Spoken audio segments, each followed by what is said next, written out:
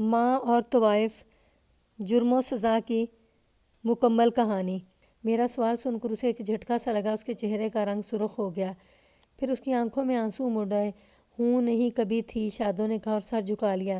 پھر ایک جھٹکے سے اس نے جھکا ہوا سر اوپر اٹھایا اور غصے سے بولی، یہ بات آپ سے شریف نے کہی ہوگی کہ شادو طوائف ہے، اس کے باپ نے گندگی کی دلدل سے نکال کر مجھے عزت دی تھی، اس حساب سے میں اس کی ماں لگتی ہوں، لیکن ستیلا بیٹا مجھے ماں تو کیا سمجھتا، وہ تو مجھے اپنے باپ کی بیوی کی بجائے باپ کی رکھیل سمجھتا ہے۔ شادو کی یہ بات سن کر مجھے دلچسپی محسوس ہوئی اور میں نے شادو سے کہا کہ اگر وہ مناسب سمجھے تو پوری تفصیل سے بتائے کہ اس کی شادی مسعود احمد کے ساتھ کیسے ہوئی تھی۔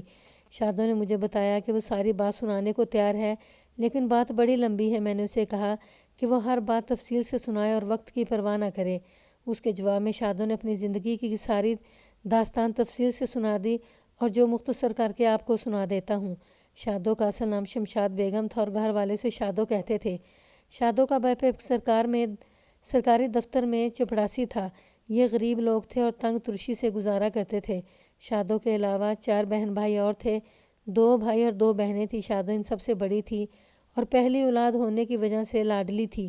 باپ اس کی ہر خواہش پوری کرتا تھا، اس وجہ سے شادو کی عادتیں بگڑ گئی تھیں اور وہ اپنی ہر بات منوانے کی عادی ہو گئی تھی۔ 5 بچے ہو جانے کی وجہ سے گھر کے اخراجات میں اضافہ ہو گیا تھا، تو شادو کے باپ نے دفتر سے چھٹی کے بعد بازار میں تکے کباب بیچنے شروع کر دیے۔ یہ کام چل نکلا اور اچھی خاصی آمدنی ہونے لگی۔ اس طرح گھر کے حالات بہتر ہو گئے۔ شادو اگرچہ غریب کے گھر پیدا ہوئی تھی، مگر اللہ نے اس کو حسن کی دولت سے مالا مال کیا تھا۔ باپ نے 5 جماعتیں پڑھانے کے بعد اسے اسکول سے اٹھا لیا تھا کہ اس کے خاندان میں لڑکیوں کو پڑھانے کا رواج نہیں تھا۔ یوں شادو گھر میں ماں کا ہاتھ بٹانے لگی۔ شادو کو فلموں اور فلمی گانے سننے کا بڑا شوق تھا۔ فلم تو اس نے کبھی دیکھی نہیں تھی، لیکن فلمی ہیرو اور ہیروئنیں اس کے ذہن پر سوار رہتی تھیں۔ وہ بھی اپنے آپ کو کسی ہیروئن سے کم نہ سمجھتی تھی۔ باپ نے اس کی ضد سے مجبور ہو کر اسے ایک ٹرانسسٹر ریڈیو لے دیا تھا، جس پر وہ بڑی باقاعدگی سے گانے سنتی تھی۔ جب سے وہ جوان ہوئی تھی، محلے کے نوجوان لڑکوں کی توجہ کا مرکز بن گئی تھی۔ ان میں سے ایک لڑکا اسے اچھا لگتا تھا، اس کا نام جمال تھا۔ اس کا باپ مر چکا تھا اور وہ کھاتے پیتے گھرانے سے تعلق رکھتا تھا۔ جمال اچھی شکل و صورت کا گورا چٹا جوان تھا۔ اس کے رشتہ دار لاہور میں رہتے تھے اور وہ اکثر لاہور جاتا رہتا تھا۔ شادو کی پسندیدگی بڑھ کر چوری چھپے ملاقاتوں تک پہنچ گئی اور پھر وہ جمال کے عشق میں ایسی اندھی ہوئی کہ گھر سے بھاگنے کو تیار ہو گئی۔ جمال نے اسے بتایا تھا کہ لاہور میں اس کی بڑی جان پہچان ہے اور وہ ضرور شادو کو کسی فلم میں ہیروئن کا رول دلوا دے گا۔ پھر ایک روز دن دہاڑے شادو ماں سے ایک سہیلی کے گھر جانے کا کہہ کر ہمیشہ کے لیے اس گھر سے نکل آئی جہاں وہ پیدا ہوئی تھی، جہاں ماں باپ نے اسے گود کھلایا تھا اور اس کے ناز نخرے دیکھے تھے۔ اس کی ماں کو چھوڑ آئی جس نے اس کا گوں موتر دھویا تھا اور اپنی چھاتیوں سے اس کے بدن میں زندگی دوڑائی تھی۔ اس باپ کو چھوڑ آئی جس نے ادھار پیسے لے کر بھی اس کی ہر خواہش ہر ضد پوری کی تھی۔ یہاں پہنچ کر شادو نے بتایا کہ گھر سے نکلتے وقت اس کے ذہن میں یہ ساری سوچیں آئی تھیں، مگر پھر ان سوچوں پر جمال کا طلسم غالب آ گیا اور وہ لاہور کی فلمی دنیا کی چکا چوند کے تصور نے اس کی آنکھوں کو خیرہ کر دیا اور عقل پر پردہ ڈال دیا۔ شادو نے کہا کہ نوجوان اور کچے ذہن کی لڑکیوں کو ایسے اندھے اور منہ زور جذبات سے بچنا چاہیے اور ہر حال میں والدین کی عزت کو مقدم سمجھنا چاہیے، ورنہ گھر سے نکلنے والی ہر لڑکی کا حال میرے جیسا ہوگا۔ اپنی زندگی کی داستان سناتے ہوئے اس مقام پر پہنچ کر شادو ہچکیاں لے لے کر رونے لگی۔ میں نے اسے کھل کر رونے دیا۔ جب وہ رو رو کر ہلکی ہوگی تو اس نے آگے بات شروع کر دی۔ جمال نے شادو کو بتا رکھا تھا کہ وہ گھر سے نکل کر کہاں پہنچے۔ شادو مقررہ جگہ پر پہنچی تو جمال اس کا منتظر تھا۔ جمال اپنے گھر سے اچھی خاصی رقم چوری کر کے لے آیا تھا۔ وہاں سے وہ ریل گاڑی میں بیٹھے اور لاہور آ گئے۔ لاہور میں جمال اسے اپنے ایک دوست کے گھر لے گیا۔ یہ چھوٹا سا کوارٹر تھا۔ جمال کا دوست وزیر آباد کا رہنے والا تھا اور لاہور میں نوکری کرتا تھا۔ وہ اکیلا رہتا تھا۔ اس دوست نے جمال اور شادو کو ایک کمرہ دے دیا جو خالی تھا۔ دوسرے کمرے میں دوست کا سامان تھا۔ انہوں نے رات وہاں گزاری۔ صبح ہوئی تو جمال کا دوست بازار سے ناشتہ لے آیا۔ ناشتے کے بعد دوست دفتر چلا گیا اور شادو اور جمال کوارٹر میں اکیلے رہ گئے۔ دوست کے جانے کے بعد جمال نے شادو کے ساتھ چھیڑ چھاڑ شروع کر دی۔ شادو نے اسے روکا تو جمال نے کہا کہ فلموں میں کام کرنے کے لیے اسے جھجک اور شرم اتارنی ہوگی۔ پھر ہر روز جمال اپنے دوست کے جانے کے بعد شادو کی شرم اتارنے لگا۔ شرم اتری تو پھر کپڑے اترے اور پھر جمال نے شادو کی ایسی شرم اتاری کہ وہ شرم و حیا کے ساتھ ساتھ اپنی عزت سے بھی دستبردار ہوگی۔ یوں ایک حیادار ہوازادی بے حیا ہوگی۔ جمال کا دوست اندھا نہیں تھا، جان بوجھ کر اندھا بنا ہوا تھا۔ اس کو پتہ تھا کہ اس کی غیر موجودگی میں کیا کھیل کھیلا جا رہا ہے۔ وہ موقع کے انتظار میں تھا کہ لوٹ کے مال میں سے اپنا حصہ وصول کرے۔ ادھر شادو نے جمال کو زور دینا شروع کر دیا کہ اس کے ساتھ شادی کر لے، مگر جمال نے یہ کہہ کر اسے مطمئن کر دیا کہ فلم والے شادی شدہ لڑکی کو ہیروئن نہیں لیتے۔ اگر انہیں پتہ لگ گیا کہ لڑکی شادی شدہ ہے تو وہ صاف انکار کر دیں گے۔ اسی طرح شادو کو گھر سے بھاگے ہوئے 1 مہینہ گزر گیا۔ اس دوران جمال یہ ظاہر کرتا رہا کہ وہ ایک فلم کمپنی والوں سے بات چیت کر رہا ہے کہ شادو کو اپنی اگلی فلم میں ہیروئن لے لیں۔ ایک روز جمال شادو سے یہ کہہ کر چلا گیا کہ وہ ایک اور فلم کمپنی والوں سے بات کرنے جا رہا ہے، امید ہے کہ کام بن جائے گا۔ جمال چلا گیا تو اس کا دوست آ گیا اور اس نے شادو کے ساتھ وہی حرکتیں شروع کر دیں جو جمال کرتا رہا تھا۔ شادو نے مزاحمت کی تو وہ زبردستی پر اتر آیا۔ شادو بے بس اور کمزور تھی، کچھ بھی نہ کر سکی۔ طوائف کا پھر بھی کچھ مول ہوتا ہے، لیکن شادو تو لوٹ کا مال تھی، جس کا دل چاہا لوٹ لیا۔ پہلے جمال اکیلا لوٹ رہا تھا، اب ایک اور لٹیرا بھی آ گیا تھا۔ جمال واپس آیا تو شادو نے اسے ساری بات سنائی۔ یہ سن کر جمال غصے میں آ کر اپنے دوست کے ساتھ جھگڑنے لگا۔ یہ کہاں کی شریف زادی ہے، دوست نے طنزیہ لہجے میں کہا۔ تمہارا اس سے کیا رشتہ ہے؟ زیادہ بک بک کرو گے تو تھانے اطلاع کر دوں گا، پھر تم دونوں کو جو حال ہوگا وہ تم سوچ بھی نہیں سکتے۔ یہاں رہنا ہے تو میری مرضی سے رہنا ہوگا۔ دوست کی یہ بات سن کر جمال خاموش ہو گیا۔ اگلے دن اس نے شادو سے کہا کہ اس نے ایک جگہ بات کر لی ہے اور وہ وہاں جا رہے ہیں۔ دوست دفتر چلا گیا تو دونوں اس کے کوارٹر سے نکل گئے۔ جمال اسے ایک ایسے علاقے میں لے گیا جہاں فلم کمپنیوں کے دفتر تھے اور چاروں طرف فلمی بورڈ لگے ہوئے تھے۔ جمال اسے ایک چھوٹے سے دفتر کے اندر لے گیا۔ دفتر میں 3 آدمی بیٹھے ہوئے تھے۔ دفتر کی فضا سگریٹ کے بدبودار دھوئیں سے بوجھل ہو رہی تھی۔ ان آدمیوں نے شادو کو اس طرح دیکھا جس طرح کسائی گائے کو دیکھتا ہے۔ ان کی نظریں کسی برمے کی طرح شادو کے بدن کو چھیدنے لگیں۔ ان کی نظروں میں ستائش کے بجائے ہوس نظر آ رہی تھی۔ شادو گھبرا کر سمٹنے لگی تو جمال نے اسے سمجھایا کہ وہ گھبرائے نہیں، یہ فلم کے ہدایت کار اور پروڈیوسر وغیرہ ہیں، اچھی طرح دیکھ لیں راٹھور صاحب۔ جمال نے بڑی میز کے پیچھے بیٹھے ہوئے موٹے سے آدمی سے کہا، ہیرا ہے ہیرا، آپ اسے اپنی فلم میں ہیروئن لے کر گھاٹے میں نہیں رہیں گے۔ لڑکی تو ٹھیک ہے، راٹھور نے شادو کو تولنے والی نظروں سے دیکھتے ہوئے کہا، خرچہ کچھ کم کر دو، آپ کی مرضی راٹھور صاحب۔ جمال نے 2 ٹوک انداز میں کہا، خرچہ کم نہیں ہوگا، اگر آپ کو منظور نہیں تو میں کسی اور ڈائریکٹر سے بات کر لیتا ہوں، ایسی ہیروئن کا تو منہ مانگا معاوضہ ہونا چاہیے۔ تھوڑی 2 قدح کے بعد راٹھور نے ایک لفافہ اپنی میز کی دراز سے نکالا اور جمال کو دے دیا۔ جمال نے لفافہ جلدی سے جیب میں ڈالا۔ راٹھور نے کہا کہ اس معاہدے کی خوشی میں مٹھائی ہونی چاہیے۔ اس نے ایک نوٹ نکال کر جمال کو دیا کہ وہ جا کر مٹھائی لے آئے۔ جمال نے شادو کو کہا کہ وہ گھبرائے نہیں، وہ بھی مٹھائی لے کر آتا ہے۔ جمال کو کہ کافی دیر ہوگی تو شادو کا دل گھبرانے لگا۔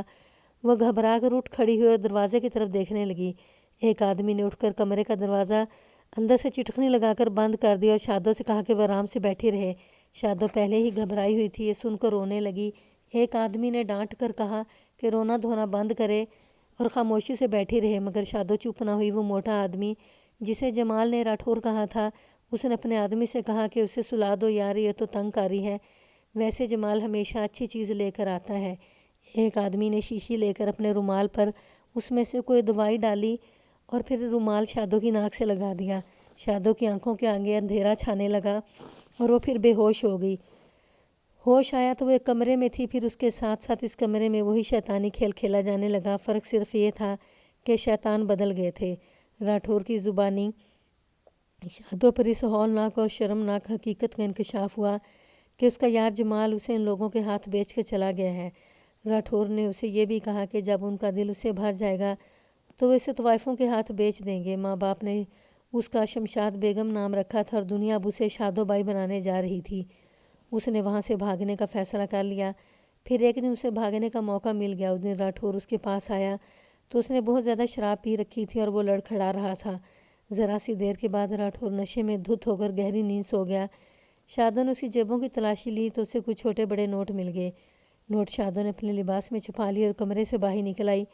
کمرے کا دروازہ اندر سے بند تھا اور وہ شیطان جاتے ہوئے دروازہ باہر سے بند کر کے جاتے تھے۔ اس دن چونکہ راٹھور ابھی اندر تھا اس لیے دروازہ کھلا تھا۔ رات کا وقت تھا۔ شادو نے باہر نکل کر دیکھا یہ ایک کوٹھی تھی۔ اسے ارد گرد کوئی نظر نہ آیا۔ وہ بڑی احتیاط سے چھپتی چھپاتی کوٹھی کے گیٹ تک پہنچی مگر گیٹ پر اندر کی طرف تالا لگا ہوا تھا۔ شادو نے ادھر ادھر دیکھا، اسے لان میں ایک کرسی پڑی نظر آئی۔ شادو نے کرسی دیوار کے ساتھ رکھی اور اس پر چڑھ کر دیوار پر چڑھ گئی اور پھر وہاں سے باہر کی طرف کود گئی۔ اس نے باہر نکل کر جائزہ لیا، یہ چھوٹی بڑی کوٹھیوں کا علاقہ تھا۔ شادو وہاں سے تیز تیز چلتی نکل آئی اور مین روڈ پر پہنچ گئی۔ مین روڈ پر ٹریفک چل رہی تھی۔ شادو ریلوے اسٹیشن تک جانا چاہتی تھی لیکن اسے کچھ پتہ نہیں تھا کہ وہ کس طرف جائے۔ کسی سے پوچھتے ہوئے ڈرتی تھی کہ کسی غلط آدمی کے ہتھے نہ چڑھ جائے۔ شادو نے بہتر یہی سمجھا کہ کسی رکشے میں بیٹھ جائے اور اسے کہے کہ اسٹیشن پر پہنچا دے۔ پیسے اس کے پاس کافی تھے۔ اس نے ایسا ہی کیا اور ایک رکشے والے نے اسے لاہور ریلوے اسٹیشن پہنچا دیا۔ اسٹیشن پر پہنچ کر اس نے سوچا کہ وہ جائے گی کہاں۔ گھر واپس جانے کا تو سوال ہی پیدا نہیں ہوتا تھا۔ اس نے خودکشی کے متعلق بھی سوچا لیکن اس کی ہمت نہ پڑی۔ وہ اپنی اس زندگی کے متعلق سوچنے لگی جو اس نے ماں باپ کے گھر گزاری تھی، پھر گھر چھوڑنے کے بعد اس پر جو گزری اس کے متعلق سوچنے لگی۔ اسے احساس بھی نہ ہوا کہ اس کی آنکھوں سے آنسو بہہ رہے تھے۔ وہ اس وقت چونکی جب ایک درمیانی سی عمر کے آدمی نے اسے پوچھا کہ اسے کیا پریشانی ہے اور وہ کیوں رو رہی ہے۔ شادو نے آنسو پونچھ کر اس کی طرف دیکھا۔ وہ شکل سے ایک سلجھا ہوا شریف انسان نظر آ رہا تھا۔ اس کے چہرے سے نرمی جھلک رہی تھی۔ اس آدمی نے شادو کو دلاسا دیا کہ وہ بالکل نہ گھبرائے اور اسے بتائے کہ کیا پریشانی ہے۔ اس آدمی نے یہ بھی کہا کہ اگر اس طرح کھڑی روتی رہے گی تو کسی غلط آدمی کے ہتھے چڑھ جائے گی۔ یہ سن کر شادو لرز کر رہ گئی۔ شادو نے بتایا کہ اس آدمی کے انداز میں اتنی شفقت اور اپنائیت تھی کہ اس کا جی چاہا سب کچھ بتا دے۔ شادو نے مختلف لفظوں میں اپنی داستان علم اسے سنا دی۔ ساری بات سن کر اس آدمی نے اسے تسلی دی کہ اس کی پوری مدد کرے گا۔ اس آدمی نے اسے کہا کہ وہ اپنے گھر کا پتہ بتائے تاکہ اسے گھر پہنچا دے۔ شادو نے کہا کہ وہ کسی بھی صورت واپس گھر نہیں جائے گی۔ پھر اس آدمی نے کہا کہ اگر اس پر اعتماد کرے تو اس کے ساتھ چلے۔ شادو تھوڑی سی دیر میں ہی اس آدمی سے متاثر ہو گئی تھی۔ اس نے اس پر اعتماد کرنے کا فیصلہ کر لیا، اس کے ساتھ چل پڑی۔ یہ آدمی مسعود احمد تھا۔ مسعود احمد اسے اپنے ایک دوست کے گھر لے گیا۔ پھر اگلے دن ایک کرائے کا مکان لے کر اپنے کچھ دوستوں کو وہاں بلایا اور شادو سے باقاعدہ نکاح پڑھوا لیا۔ نکاح سے پہلے مسعود احمد شاہ نے شادو کو بتا دیا تھا کہ وہ شادی شدہ ہے اور اس کے بچے بھی ہیں۔ شادو نے اپنی رضامندی ظاہر کر دی تھی۔ اس طرح شادو مسعود احمد کی دوسری بیوی بن کر ایک الگ مکان میں رہنے لگی۔ مسعود احمد نے شادی کو خفیہ رکھا۔ صرف ان چند دوستوں کو شادی کا علم تھا جو اس میں شریک تھے۔ مسعود احمد نے بڑی کامیابی سے شادی کو نبھایا اور کبھی شادو کو کوئی تکلیف یا شکایت نہیں ہونے دی۔ شادو نماز روزے کی پابند ہوگی اور جی جان سے مسعود احمد کی خدمت کرنے لگی۔ وہ رو رو کر اللہ سے اپنی غلطیوں کی معافی مانگتی تھی۔ اس کے ساتھ جو ظلم ہوا تھا اس کی وجہ سے اس کے جسمانی نظام میں ایسی کوئی خرابی پیدا ہو گئی تھی کہ وہ ماں نہ بن سکی۔ مسعود احمد نے کبھی شادو کو اس بات پر طعنہ نہ دیا تھا۔ پھر وہ وقت آیا جب مسعود احمد شدید بیمار ہو گیا اور اس کے بچنے کی کوئی امید باقی نہ رہی۔ مسعود احمد نے شادو سے کہا کہ ایسا نہ ہو میرے مرنے کے بعد تم در بدر ہو جاؤ۔ میری پہلی بیوی بہت نیک اور سعادت مند ہے، میں تمہیں اس کے حوالے کرنا چاہتا ہوں، وہ تمہارا پورا خیال رکھے گی۔ پھر مسعود احمد نے اپنی پہلی بیوی سردار بیگم کے آگے اپنی دوسری شادی کا انکشاف کیا اور اسے درخواست کی کہ وہ شادو کا ساتھ کبھی نہ چھوڑے۔ سردار بیگم ایسی شوہر پرست بیوی تھی کہ اس اللہ کی بندی نے مرتے دم تک اپنا عہد نبھایا، اپنے بچوں کو چھوڑ دیا لیکن شادو کا ساتھ نہ چھوڑا۔ اپنی داستان سنا کر شادو پھر رونے لگی اور میں سوچنے لگا کہ ذرا سی غلطی کی شادو کو کتنی بھیانک سزا بھگتنا پڑی۔ یہاں میں کہانی سے ہٹ کر بات کروں گا، ہو سکتا ہے کسی کو اعتراض ہو کہ شادو کی کہانی میں لچر پن ہے، لیکن میں نے اس داستان کو اس لیے تفصیلی شامل کیا ہے کہ نوعمر اور نوجوان لڑکیاں اور لڑکے اس عمر میں بڑی جلدی متاثر ہو جاتے ہیں اور بلا برا بھلا سوچے بغیر گھر سے نکل جاتے ہیں۔ خاص طور پر لڑکیوں کے لیے گھر کی چار دیواری سے بڑھ کر کوئی محفوظ جگہ نہیں ہو سکتی۔ شادو کی کہانی میں نے عبرت حاصل کرنے کے لیے بیان کی ہے۔ اگر اس سے نوجوان لڑکے لڑکیاں سبق حاصل کریں گے تو اس کہانی کو لکھنے کا حق ادا ہو جائے گا۔ شادو کے اتنے لمبے بیان سے مجھے یہ بھی معلوم ہو گیا کہ وہ سردار بیگم کی کتنی عزت کرتی تھی۔ یہ ناممکن سی بات تھی کہ وہ سردار بیگم کو زہر دے کر ہلاک کرتی۔ میں نے شادو سے کچھ اور باتیں پوچھ کر اسے بھیج دیا۔ شادو چلی گئی تو میں پھر سردار بیگم کے قاتل کے متعلق سوچنے لگا۔ مجھے کوئی ذرا سا بھی اشارہ مل جاتا تو میں اپنی پوری توانائیاں صرف کر کے قاتل کا سراغ ڈھونڈ نکالتا۔ مخبر بھی ناکام رہے تھے اور میرے کام کی کوئی بات معلوم نہ کر سکے تھے۔ البتہ ایک مخبر نے ایسی رپورٹ دی تھی جو سردار بیگم کے بڑے بیٹے شریف کے خلاف شک پیدا کرتی تھی۔ اب میں نے اسی پہلو پر تفتیش کرنے کا فیصلہ کر دیا۔ اس مخبر نے بتایا کہ شریف شادوں کے خلاف تو تھا ہی، لیکن جب اس کی ماں سردار بیگم نے اس کی بات نہ مانی اور شادوں کا ساتھ نہ چھوڑا تو وہ ماں کے بھی خلاف ہو گیا۔ وہ کہتا تھا کہ ماں اس کی بے عزتی کرا رہی ہے اور لوگ ان پر تھو تھو کر رہے ہیں، کہ جوان بیٹوں کے ہوتے ہوئے ماں کرائے کے مکانوں میں ٹھوکریں کھا رہی ہے اور بچوں کو پڑھا کر دال روٹی پوری کرتی ہے۔ شریف نے اپنی پوری کوشش کر کے دیکھ لی، مگر سردار بیگم کسی بھی صورت شادوں کا ساتھ چھوڑنے پر رضامند نہ ہوئی۔ سردار بیگم کا کہنا تھا کہ وہ اپنے مرحوم خاوند کی وصیت پر مرتے دم تک عمل کرے گی۔ مخبر نے یہ بھی بتایا کہ شریف کو یہ بھی کہتے سنا گیا تھا کہ بہتر ہوتا کہ ماں بھی باپ کے ساتھ ہی مر جاتی، اس طرح بدنامی تو نہ ہوتی۔ شریف لوگوں کے طرح طرح کے سوالوں سے بڑا پریشان تھا اور کئی لوگوں سے اس کا جھگڑا بھی ہوا تھا۔ جب لوگوں کو یہ معلوم ہوا کہ شادو مسعود احمد کی دوسری بیوی ہے اور مسعود احمد نے چوری چھپے ایک اور شادی کر رکھی تھی، تو لوگوں نے طرح طرح کی باتیں بنانی شروع کر دیں۔ شریف کو اپنے مرے ہوئے باپ پر بھی بڑا غصہ تھا کہ وہ خود تو مر گیا تھا مگر ان کے لیے بدنامی چھوڑ گیا تھا۔ میں نے ان تمام باتوں پر غور کیا تو مجھے شریف کا کردار مشکوک لگنے لگا۔ میں نے ضروری سمجھا کہ شریف کو شامل تفتیش کر لوں۔ سردار بیگم کو قتل ہوئے 3 دن گزر گئے تھے اور میں ابھی تک ابتدائی تفتیش میں پھنسا ہوا تھا۔ میں نے فیصلہ کر لیا کہ اگلے دن صبح پہلا کام یہی کروں گا کہ شریف کو بلا کر اس پر دباؤ ڈالوں گا کہ وہ اپنی ماں کو اس نے خود زہر دے کر مارا ہے، اس کی وجہ بھی موجود ہے۔ اگلے دن میں نے اپنے ASI سے کہا کہ وہ مقتولہ سردار بیگم کے بڑے بیٹے شریف کے دفتر چلا جائے اور اسے تھانے لے آئے۔ شریف ایک سرکاری محکمے میں اسٹینو تھا۔ میں نے ASI کو اس کے دفتر کے متعلق سمجھا کر کہا کہ وہ کانسٹیبل کو ساتھ لے جائے۔ ASI اسی وقت چلا گیا۔ ASI چلا گیا تو میں دل ہی دل میں اللہ سے دعا کرنے لگا کہ کوئی راستہ مل جائے، اندھیرے میں کوئی روشنی کی کرن نظر آ جائے۔ میں اسی ادھیڑ بن میں بیٹھا تھا کہ اب تفتیش کو کس طرح آگے چلاؤں کہ ایک کانسٹیبل نے مجھے بتایا کہ 2 عورتیں مجھ سے ملنا چاہتی ہیں۔ میں نے کانسٹیبل سے کہا کہ وہ انہیں میرے پاس بھیج دے۔ کانسٹیبل چلا گیا۔ اس کے جانے کے بعد 2 عورتیں اندر آ گئیں۔ ان میں سے ایک تو شادو تھی اور دوسری کو میں پہلی بار دیکھ رہا تھا۔ میں نے ان کو بٹھا لیا۔ شادو کے ساتھ آنے والی ایک جوان سالہ عورت تھی اور لباس اور چہرے سے معزز نظر آ رہی تھی۔ اس نے اپنا تعارف کرایا تو پتہ چلا کہ وہ اسکول میں استانی ہے جہاں شادو نوکری کرتی ہے۔ میں نے ان سے آنے کا مقصد پوچھا تو استانی نے کچھ کہے بغیر اپنے ہاتھ میں پکڑے ہوئے بیگ کو کھولا اور اس میں ایک تہہ کیا ہوا کاغذ نکال کر میرے آگے رکھ دیا۔ یہ کیا ہے؟ میں نے اسے پوچھا۔ پہلے آپ اسے پڑھ لیں، استانی نے کہا، اس کے بعد آپ کو ہر سوال کا جواب مل جائے گا۔ میں نے وہ کاغذ کھول کر دیکھا۔ یہ ایک رکا تھا جو شادو کے نام لکھا گیا تھا۔ میں نے رکا پڑھا تو میری آنکھیں کھل گئیں۔ میں سوچ بھی نہیں سکتا تھا کہ میری دعا اتنی جلدی قبول ہو جائے گی۔ قدرت کو مجھ پر رحم آ گیا تھا۔ اس رکے نے میری ساری مشکلیں آسان کر دی تھیں۔ رکے کا مضمون مجھے آج اتنے سال گزر جانے کے بعد بھی یاد ہے۔ یہ رکا مقتولہ سردار بیگم نے شادو کے نام لکھا تھا۔ اس نے لکھا تھا کہ آج شریف میرے پاس حلوہ لے کر آیا تھا۔ اس نے مجھے بڑا اصرار کر کے حلوہ کھلایا، تھوڑی دیر میرے پاس بیٹھا اور پھر چلا گیا۔ اس کے جانے کے بعد میرا دل متلانے لگا اور سانس رکنے لگی۔ میں سمجھ گئی کہ بیٹا حلوے میں زہر کھلا گیا ہے، اب میں بچ نہیں سکوں گی۔ مرنے سے پہلے یہ تحریر لکھ کر صندوق میں رکھ رہی ہوں تاکہ کسی کوئی بے گناہ کو تنگ نہ کیا جائے۔ نیچے سردار بیگم نے اپنا نام لکھا تھا۔ اس رکے سے ہر بات صاف ہو گئی تھی۔ میں نے استانی سے پوچھا کہ ان کو یہ رکا کہاں سے ملا ہے۔ استانی کی بجائے اس کا جواب شادو نے دیا۔ اس نے بتایا کہ یہ رکا سردار بیگم کے صندوق سے ملا ہے۔ اس نے رکا ملنے سے متعلق ہر بات تفصیل سے سنائی۔ شادو کا بیان مختصر پیش ہے۔ مقتولہ سردار بیگم کے پاس ایک بڑا ٹرنک تھا جسے وہ ہر وقت تالا لگا کر رکھتی تھی۔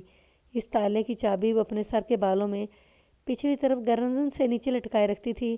شادو کو اس بات کا علم تھا جس دن سردار بیگم گھر میں مردہ پائی گئی تھی تو شادو نے اس کے بالوں سے وہ چابی نکال کر اپنے پاس رکھ لی تھی۔ بعد میں شادو اس چابی کے متعلق بالکل بھول گئی۔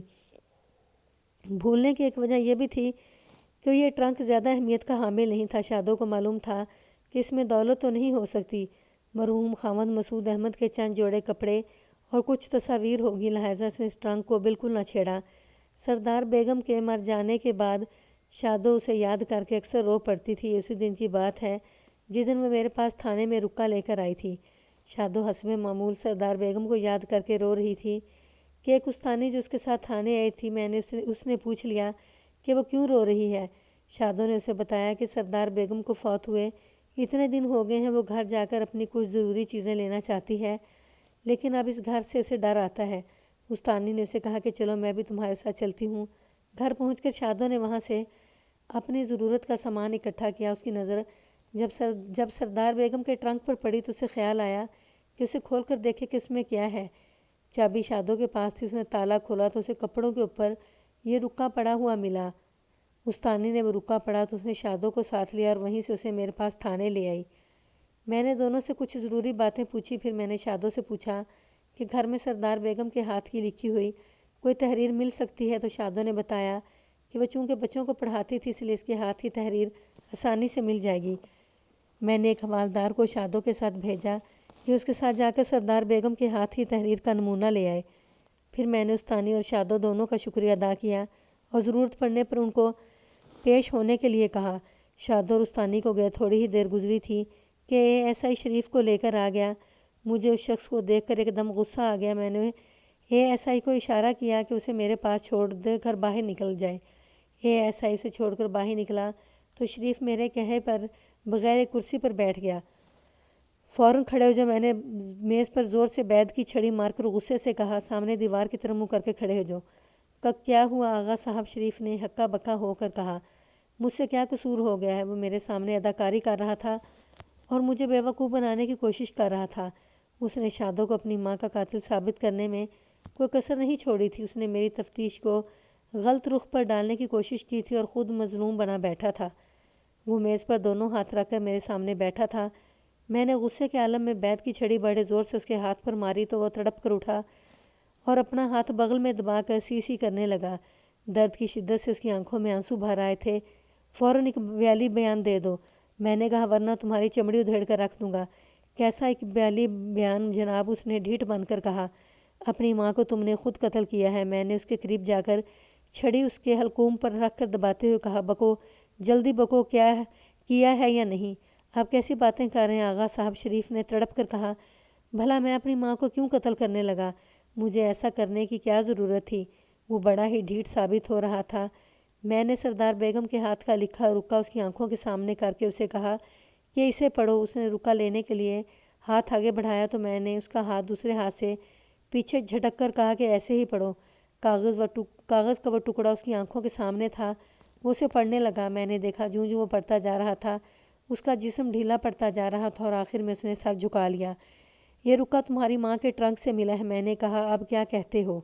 وہ منہ سے کچھ نہ بولا، بس آنکھیں پھاڑ پھاڑ کر میری طرف دیکھتا رہا۔ اس کی حالت ایسی ہو گئی تھی جیسے غبارے سے ہوا نکل جاتی ہے۔ تھوڑی ہی دیر بعد میں نے اسے اقبالی بیان دینے کے لیے تیار کر لیا۔ اس نے اپنے اقبالی بیان میں بتایا کہ اسے ماں کا شادو کے ساتھ رہنا سخت ناپسند تھا۔ وہ ماں کو مجبور کرتا رہتا تھا کہ اس کے ساتھ گھر چلے، لیکن اس کی ماں کسی صورت شادو کا ساتھ چھوڑنے پر تیار نہ تھی۔ اس بات کا شریف کو بڑا رنج تھا۔ اس کے بعد ایک اور بات ایسی ہو گئی جس نے شریف کو اور زیادہ غضبناک کر دیا۔ اس کے باپ مسعود احمد کے ایک دوست نے اسے شادو کے متعلق یہ بتایا کہ وہ ایک طوائف ہے اور اس کا باپ اسے لاہور کی ہیرا منڈی سے لایا تھا۔ ایسی ہی باتیں سن سن کر وہ کڑتا رہتا تھا۔ اسے اپنی ماں پر بہت غصہ آتا تھا جو اولاد کو چھوڑ کر ایک بازاری عورت کے ساتھ رہنے لگی تھی۔ سوچ سوچ کر شریف نے اپنی ماں اور شادو دونوں کو زہر دے کر قتل کرنے کا منصوبہ بنا لیا۔ اس نے ایک حکیم جمعہ خان سے سنکھیا کا زہر لیا اور حلوہ تیار کر کے اس میں ملا دیا۔ یہ حلوہ اس نے دونوں کو کھلانا تھا، لیکن شادو کو اس دن اسکول میں زیادہ کام تھا، اس لیے وہ گھر وقت پر نہ آ سکی۔ شریف نے بڑا اصرار کر کے اپنی ماں کو حلوہ کھلایا اور کہا کہ شادو کو بھی ضرور کھلائے۔ تھوڑی دیر کے بعد شریف نے محسوس کیا کہ اس کی ماں پر گھبراہٹ طاری ہو رہی ہے اور وہ کھینچ کر سانس لے رہی ہے، تو وہ وہاں سے بھاگ آیا۔ بعد میں اسے پتہ لگا کہ اس کی ماں مر گئی ہے۔ مجھے کیا پتہ تھا کہ ماں مرتے مرتے تحریر چھوڑ جائے گی، شریف نے ڈھٹائی سے کہا۔ اگر مجھے ایسا شک ہوتا تو میں ماں کے مرنے کے بعد وہاں سے نکلتا اور یوں نہ پھنستا۔ میں نے شریف کا بیان قلم بند کر لیا اور اس کے دستخط کرا لیے۔ میں نے اسے سے حکیم جمعہ خان کا نام پوچھ کر ایک کانسٹیبل اور ایک ہیڈ کانسٹیبل کو بھیجا کہ وہ اس حکیم کو گرفتار کر کے تھانے لے آئے۔ جمعہ خان کو میں نے غیر قانونی زہر رکھنے کے جرم میں گرفتار کر لیا۔ میں نے بڑی محنت سے مقدمہ تیار کیا اور کوئی خانہ خالی نہ چھوڑا۔ شریف اپنے رشتہ داروں اور لوگوں کی لعنت ملامت کی وجہ سے اپنے اقبالی بیان پر قائم رہا۔ اسے 20 سال قید کی سزا ملی۔ جمعہ خان کو بھی 2 سال قید کی سزا سنائے گی۔ اس طرح ایک بدبخت بیٹا اپنے انجام کو پہنچا۔